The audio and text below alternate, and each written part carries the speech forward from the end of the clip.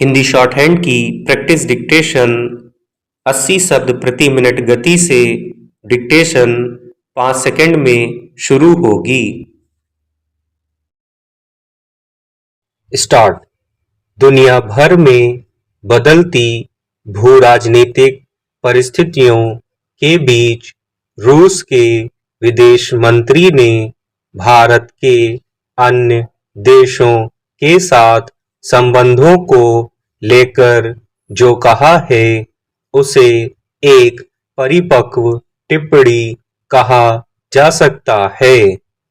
दरअसल पिछले कुछ समय से अमेरिका ने आर्थिक मोर्चे पर जिस तरह तेज रफ्तार से नीतिगत फैसले किए हैं उसके केंद्र में सिर्फ अपना हित सुनिश्चित करने के लिए दूसरे देशों के हितों को नजरअंदाज करने से लेकर उन पर दबाव बनाने तक का रवैया शामिल है।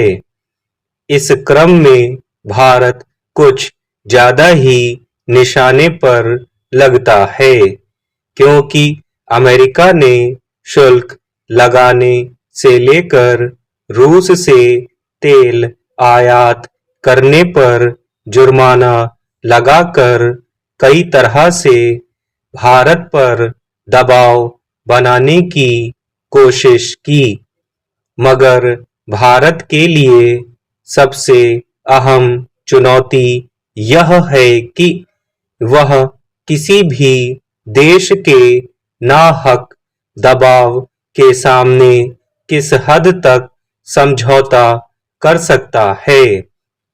ऐसी स्थिति में भारत ने अपनी स्वतंत्र नीति पर अमल जारी रखा और अमेरिका के बहुस्तरीय दबाव के बावजूद अपने स्तर पर कूटनीतिक फैसले लिए।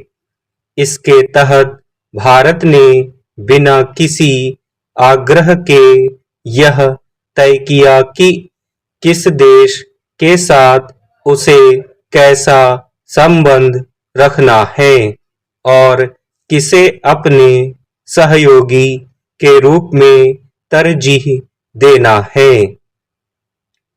कायदे से भारत के इस रुख से किसी भी देश को उग्र नहीं होना चाहिए था, क्योंकि इसमें अन्य देशों की उपेक्षा या किसी के विरुद्ध कोई नीतिगत दखलंदाजी नहीं है। इस लिहाज से देखें तो रूस के विदेश मंत्री सरगेई लावरोव का यह बयान महत्वपूर्ण है कि रूस ने हमेशा से भारत की स्वतंत्र विदेश नीति का सम्मान किया है और रूस को इससे कोई फर्क नहीं पड़ता कि भारत का दूसरे देशों के साथ कैसा रिश्ता है। लावरोव ने यह भी कहा कि अमेरिका के साथ भारत के संबंध कैसे रहते हैं, इसे लेकर भी रूस को कभी चिंता नहीं हुई।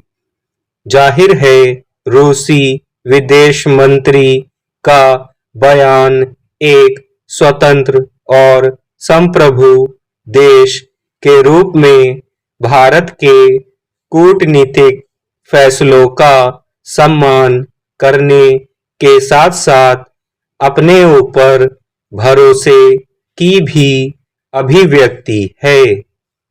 यह छिपा नहीं है कि भारत और रूस के बीच दूरी बनाने के मकसद से अमेरिका ने भारत पर रूस से तेल न खरीदने का दबाव बनाने की भी कोशिश की।